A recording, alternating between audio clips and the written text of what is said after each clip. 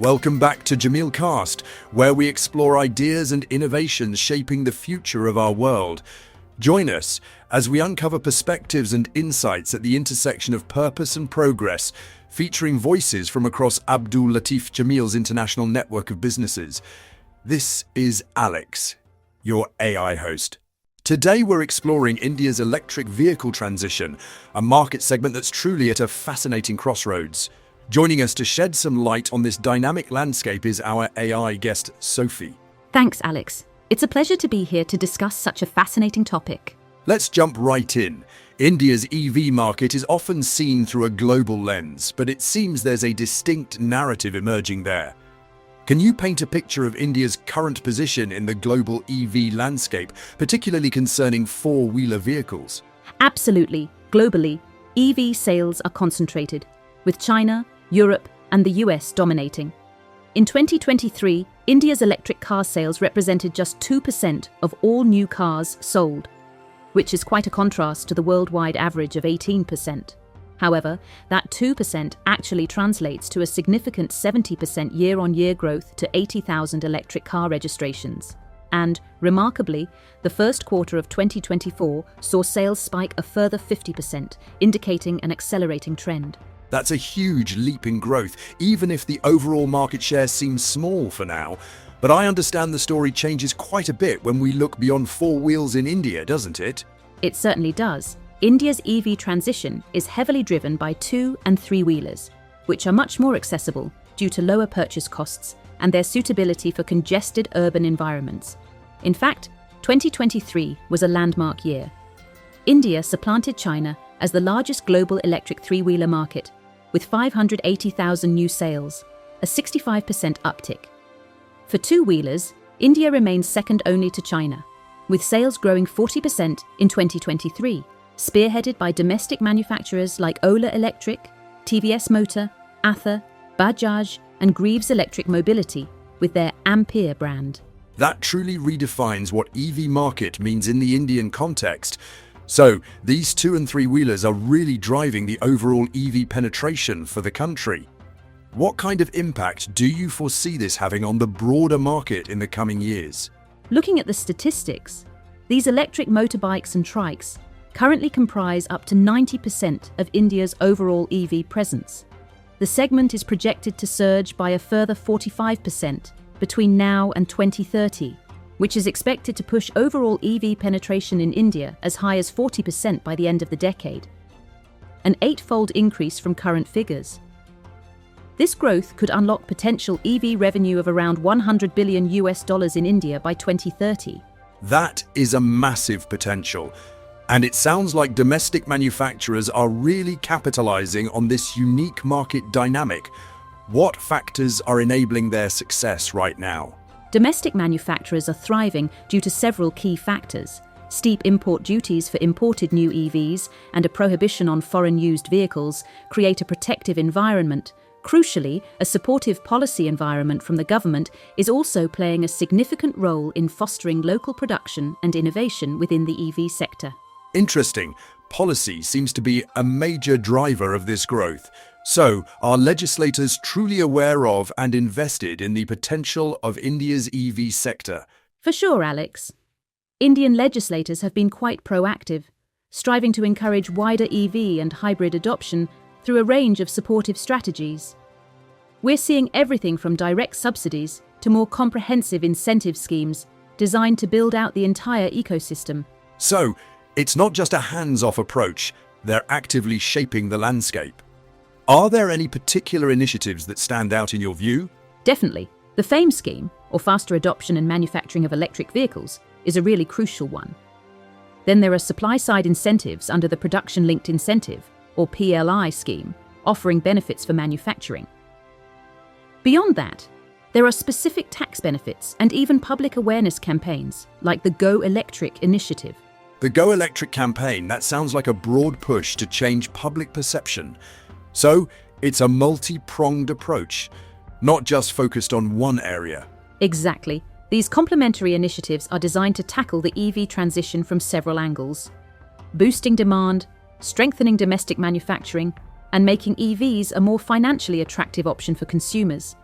It's a holistic strategy they're employing. Makes sense. It's not just about having initiatives, but how they're structured and implemented. So as we dive deeper, which of these initiatives would you say has had the most significant, visible impact so far? Well, Alex, without a doubt, the FAME scheme has been arguably the most impactful, especially when we look at the sheer numbers. It's explicitly designed to boost EV sales by making them more affordable, and it's really shifted the landscape. Fascinating. So let's unpack FAME a bit more then. So how has it evolved since its inception? FAME has run in 2 phases so far, from April 2015 to March 2024.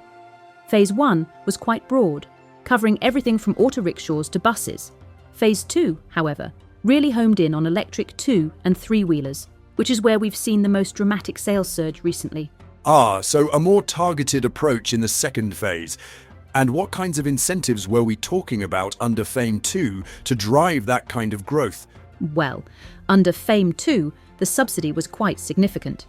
Around 20,000 rupees, or roughly $230 per vehicle. Crucially, the government also committed to installing 2,700 charging points nationwide. These 2 elements combined were vital in bringing EV prices closer to traditional ICE or internal combustion engine vehicles. Affordability and infrastructure are key. Was there a noticeable uptake in electric vehicle sales directly attributable to these phases? Oh, absolutely. During FAME 1, about 278,000 EVs qualified for nearly $40 million in incentives. Under FAME 2, that number soared to over 870,000 vehicles receiving subsidies. This is a stark contrast to 2014, the year before FAME launched, when a mere 480 EVs were sold annually. Wow, that's incredibly sharp growth. Clearly, those incentives worked. What's happening now that FAME 2 has concluded, and what's next for these kinds of initiatives? That's a great question. To bridge the gap until the widely anticipated FAME 3, legislators have introduced interim measures. We're now seeing the Electric Mobility Promotion Scheme, or EMPS, and the PM eDrive Fund, specifically to keep subsidizing electric 2- and 3-wheeler purchases. Wow, that's really insightful. Sophie, so FAME largely focused on consumer-side incentives for purchasing EVs and building out charging infrastructure. But the transition to EVs is also about manufacturing within India itself. The PLI scheme initiative focuses on automakers and component manufacturers specializing in EV technology are eligible to apply for a share of a $3.6 billion government support fund. It's all about incentivizing local production and building a robust domestic supply chain. So it's about encouraging companies to set up shop or expand their EV manufacturing capabilities right there in India. Has that generated the kind of investment they were hoping for? It certainly has delivered results. The initiative has actually generated 2.5 times that amount in private investment, which is a fantastic return. And to accommodate that strong interest and give manufacturers more time to scale up, the original 2027 deadline for the scheme has even been extended a further 12 months. That's a significant indicator of success and commitment. You mentioned component manufacturers. Does the PLI scheme also extend to something as fundamental as battery production, which is obviously crucial for EVs? Yes, absolutely. The PLI features a second distinct tranche of support, specifically ring-fenced for evolutions in battery storage technology. This was introduced via the 2021 Advanced Chemistry Cell, or ACC, scheme. It's a $2.5 billion fund dedicated to bankrolling the development of gigascale battery plants in India. Gigascale battery plants, that sounds like a game changer for energy independence and creating a self-sufficient EV ecosystem. What kind of capacity are we talking about here? The goal of the ACC scheme is to establish some 50 gigawatt-hour production capacity. This is truly foundational, literally underpinning the country's domestic EV industry by ensuring a secure, localized supply of batteries. So far, 3 manufacturers have made winning bids for a slice of the fund and have unveiled their plans for lithium-ion battery gigafactories. The scale of those battery plants really highlights India's ambition for self-sufficiency in EV manufacturing. And it seems like these policy-driven initiatives are designed to foster that from the top down. But for real success, you need buy-in from the public, don't you? You're absolutely right, Alex. Public acceptance is crucial. The Go Electric campaign, launched in February 2021 by the Ministry of Power and the Ministry of Road Transport and Highways, is essentially the public-facing arm of India's EV push. It's all about raising awareness and building confidence. So, it's more about public perception and less about direct manufacturing incentives like the PLI scheme then? Exactly. It funds advertising campaigns designed to highlight the benefits of electric mobility. Think lower running costs, environmental advantages, and addressing any lingering doubts people might have about things like charging infrastructure, which incidentally is growing. Right, getting people comfortable with the idea of making the switch. And what are some of the key objectives they're hoping to achieve with this public outreach? Well, beyond just encouraging EV adoption, it has a dual purpose. Firstly, it aims to secure a lower carbon economy for India, aligning with global environmental goals. Secondly, and very importantly for India, it's designed to reduce the country's current import dependence. That makes sense, both an environmental and an economic play. But ultimately, despite all these government efforts and awareness campaigns, it still comes down to individual consumers making that choice, doesn't it? It absolutely does. All these initiatives, from manufacturing incentives to public awareness campaigns, can only truly succeed with widespread public backing. Fortunately, there are strong indications that consumers are increasingly ready to speak with their wallets and embrace electric vehicles. That's an interesting point. What are we seeing in terms of actual buyer intentions? Alex, the data is quite compelling. A 2024 survey showed that 7 in 10 Indian motorists intend to buy either a full battery EV or a plug-in hybrid for their next vehicle. This is actually higher than the global average of 57%, suggesting India's EV sector is truly approaching an inflection point. And what about those who are entirely against switching from traditional combustion engines? Even more striking, only 2% of motorists in India do not want to switch away from internal combustion engines at all. Compared to 11% globally, this really highlights the strong consumer appetite for EVs here. It's a very positive sign for the market's future. I imagine the country's climate challenges might play a role in this widespread willingness to adopt greener vehicles. Precisely. India is on the front lines of climate change, experiencing severe floods and heat waves. So, protecting the environment by reducing emissions was one of the key reasons cited by potential buyers, ranking high alongside safety, the power of brands and purchase price, and cost of ownership. It makes sense that environmental concerns are driving demand given the real-world impacts. But with such strong intent, what's crucial for actually translating that into sales and really unlocking this pent-up demand? Listening to the customer is paramount. Despite recent advances in charging infrastructure, more than 3/4 of motorists in India still feel the country has an insufficient network of charge points. Investing heavily in both public and home charging facilities will be absolutely pivotal for large-scale adoption. So accessibility to charging is still a major hurdle. What else can the industry do to address customer hesitations and build trust?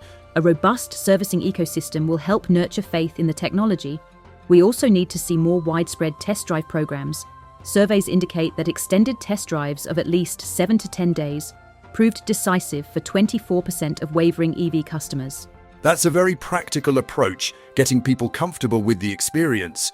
But ultimately, price is always a factor, especially in emerging markets like India, right? Oh yes, of course. EVs can still be comparatively expensive. Take Tata's Tiago and Tigor models. Even at $10,000 to $15,000 per unit, they cost up to twice as much as the average small internal combustion engine equivalent. Bridging this price gap is essential to accessibility for EVs. And beyond price, what about the actual features and technology are consumers looking for in these new vehicles? Consumers are definitely paying attention to what's available globally. They want those cutting-edge features: voice recognition, telematics, regenerative braking, user-adapted algorithms, remote diagnostics, and mobile apps for charging on the go. Startups are emerging to meet this demand. combining advanced technology with affordability to capture new market segments. So how is Abdul Latif Jameel directly partnering in India's electric mobility revolution? What's their role in this? Their key partnership here is with Greaves Electric Mobility, or GEM, a significant player in India's EV boom, focusing on affordable and sustainable 2- and 3-wheelers. Their brands like Ampere, a leading e-scooter, and LE, an auto-rickshaw with an impressive drive range, are really making an impact on the ground. So Greaves is manufacturing these vehicles themselves then? And what was behind the decision to invest in Greaves Mobility specifically? The 2022 investment from ALJ was driven by a shared ethos. Both are long-standing family businesses with a history in traditional powertrains before turning their attention to sustainable mobility. Greaves had an early mover advantage, capturing sizable market share in both B2B and B2C segments, which made them a very attractive partner. Currently, Greaves manufactures EVs at sites across Tamil Nadu, Telangana, and Uttar Pradesh. That connection makes a lot of sense. It sounds like a natural progression for both companies. Are these vehicles just for the Indian market, or are there broader ambitions? The ambition definitely extends beyond India. ALJ's backing aims to help Greaves expand its portfolio into other markets across the global south. We're already seeing that bear fruit. Greaves recently confirmed its maiden foray into the global market with the opening of its first showroom in Nepal, partnering with the Kedia organization to distribute Ampere 2-wheelers. More international expansion is certainly on the horizon. That's really interesting, a global south focus. Besides scooters and auto-rickshaws, what other types of EVs are they producing? Their product portfolio is quite diverse. Beyond Ampere and LE, they also feature the electric cargo 3-wheeler, Eltra, and its passenger variant, the Eltra City. The Eltra City secured its reputation last year as India's longest-range 3-wheeler, completing a 225-kilometre trip from Bangalore to Mysore on a single charge. It's pretty impressive. Wow, 225 kilometers on a single charge for a 3-wheeler is remarkable. It really highlights the advancements being made in range and efficiency for these practical everyday vehicles. And speaking of the broader market, it brings us to a crucial question. Greaves Electric Mobility, despite its impressive ascendancy, faces the same pressures as any other player in the EV business. So, how can governments and corporations most effectively intervene and seize the initiative to ensure a permanent transition to sustainable transport in India? That's a critical question, Alex. The most effective strategies will focus on 3 key pillars: price, technology, and support infrastructure. Specifically, we need EV prices to drop to match conventional ICE vehicles. This might even mean a measured reduction in quality or features for certain market segments, but it also requires manufacturers to really understand customer expectations around range and performance. A measured reduction in quality, that's an intriguing thought. So, it's about hitting that sweet spot for affordability rather than over-engineering for the mass market initially. Exactly. It's about finding the right balance for the Indian consumer. Beyond cost, distribution is key, as EVs are currently concentrated in megacities like Delhi, Mumbai, Chennai, Kolkata, and Hyderabad. It needs to expand into second-tier cities, educating consumers, and perhaps even exploring new sales strategies like direct-to-customer models to bypass high overheads of traditional dealerships. That makes sense. Reaching a wider audience is crucial. What about the business-to-business sector? I imagine their motivations might be quite different from individual buyers. Yes, that's true. Businesses are less concerned about the initial purchase price and more focused on the total cost of ownership. Companies like Amazon and Uber are already making significant fleet investments: 10,000 EVs for Amazon by 2025 and 25,000 for Uber by the year after. These large fleet contracts can be powerful trendsetters, and manufacturers should target them aggressively, tailoring offerings to their specific needs. Those are impressive figures from Amazon and Uber. It really shows the potential of the B2B segment to drive adoption. But what about the infrastructure challenges, particularly around charging? Charging infrastructure is a major hurdle. Currently, India has 1 commercial charge point for every 200 EVs, compared to 1 per 20 in the USA. We need a new wave of charge points, potentially funded through public-private partnerships. Also, building battery swapping facilities would be a game changer, especially for light cargo vehicles. The discrepancy in charge point ratios highlights a severe bottleneck, and you mentioned finance earlier too. How big of a factor is the lack of ready finance for EV buyers, and what can be done to address it? Finance is by far the biggest underlying issue. Potential EV buyers face limited finance options, high interest rates, short repayment schedules, and low loan-to-value ratios. Lenders are hesitant due to unfamiliar risks. They lack data on battery degradation's impact on asset value, and there aren't enough specialist mechanics yet. To make a real difference, we need direct public funding through discount schemes and tax rebates, debt mobilization strategies to offset loan defaults, and encouraging private capital investment. So, it's clear there are many moving parts to tackle the challenges.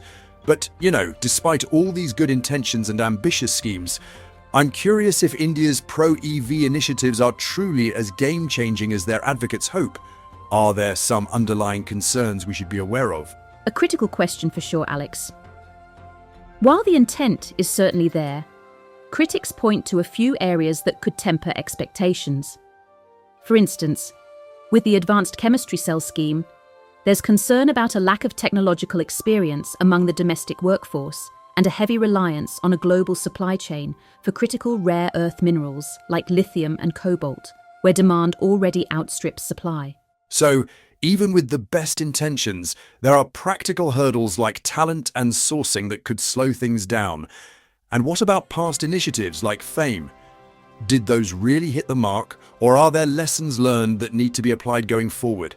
FAME, despite some successes, arguably fell short in a couple of key areas. It didn't provide much financial support for crucial R&D, which essentially kept manufacturers tethered to older technologies. And it didn't do enough to directly counter the cheaper purchase prices of traditional fossil fuel vehicles. Looking ahead, if FAME 3 reduces subsidies, as rumoured, we could potentially see a stagnation in growth. That's a significant point about R&D and direct price competitiveness. It sounds like there's a risk of the novelty phase lasting longer than anticipated. However, it feels like India's EV journey won't be derailed entirely. What are the big underlying forces that suggest India will, in fact, remain a major player in this global EV transition? Well, very few believe it will be entirely derailed. Two massive imperatives are driving India forward. Firstly, the sheer volume of oil and petrol imports, exceeding $100 billion annually, is a huge drain. India's transport system consumes about 94 million tons of oil and petrol now, expected to double by 2030. And reducing that import bill is vital for national independence and economic aspiration. So basically, energy security and economic pragmatism are really pushing this forward. What's the second major imperative that makes India such a key player in this transition? The second, and perhaps even more existential, is climate change. India is on the front line. The country is incredibly vulnerable to extreme weather events, like the deadly heat waves which left several hundred citizens dead in May 2023, or the chronic smog in Delhi. Greening the mobility sector could significantly help reduce global temperature rises, making India less susceptible to these catastrophic events. This dual pressure of economic necessity and climate resilience is a powerful driver. What an incredible deep dive into India's EV transition. If there's one thing to remember, it's that India isn't just following the global EV trend, it's forging its own path, particularly through two- and three-wheelers. The government is actively shaping the market with initiatives like FAME and PLI, and consumer buy-in is remarkably high. This unique blend of government support and consumer readiness, driven by economic and environmental imperatives, positions India as a critical player in the global shift to electric mobility. Indeed, and the consumer intention is clear. Nearly 7 out of 10 Indian motorists intend to buy an EV or hybrid next, a figure much higher than the global average. That strong demand, paired with strategic investments, truly defines India's EV future. That's all the time we have for today. Thank you so much, Sophie, for sharing your invaluable insights on this fascinating topic. And to our listeners, thank you for tuning in. You've been listening to Jameel Cast, the official podcast of Abdul Latif Jameel. For more insights and conversations shaping our future, follow us wherever you get your podcasts or visit alj.com to read our Perspectives articles. Thank you for joining us. And until next time, stay curious.